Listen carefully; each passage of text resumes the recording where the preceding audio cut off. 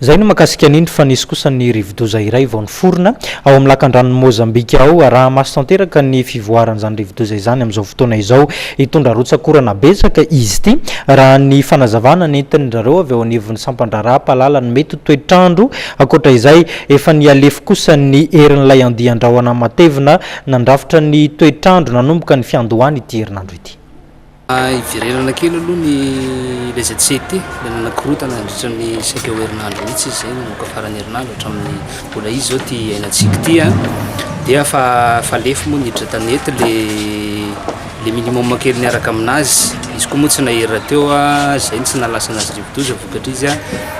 nanaraka morontsiraka foana zany fa ny orana netiny no betsabetsaka raha ohatra hoe oresantsika manokana ny rotsak'orana zao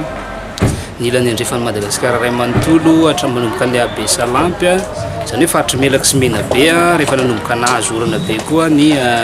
districtn'ny Morombe nanomboka 2 andro lasa zay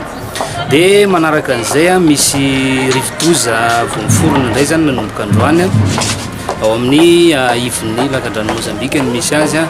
araha-maso akaiky moa fivoarany satria tsika efa mailo foana fa ny rivodoza miforona amin'ny lakandrano mivoatra aingana be ny fivoarany amin'izao fotoana izao aloha izy dia mbola any amin'ny 570 kilometatra no mialan'ny districtn'ny Morombe no aminavinana misy ny foibe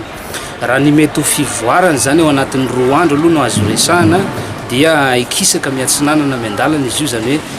anantona ny morontsiraka andrefan'i Madagascar igny ka na dia hoe tsy ho betsaka aza na dia hoe tsy hoe ho lasa rivodoza ary izy amin'ny fidirany an-tanety na dia hoe tsy hiditra an-tanety koa izy ny orana hoentiny kosa dia ho betsaka any indrindra ny faritra andrefana sy atsimo andrefan'i Madagascar.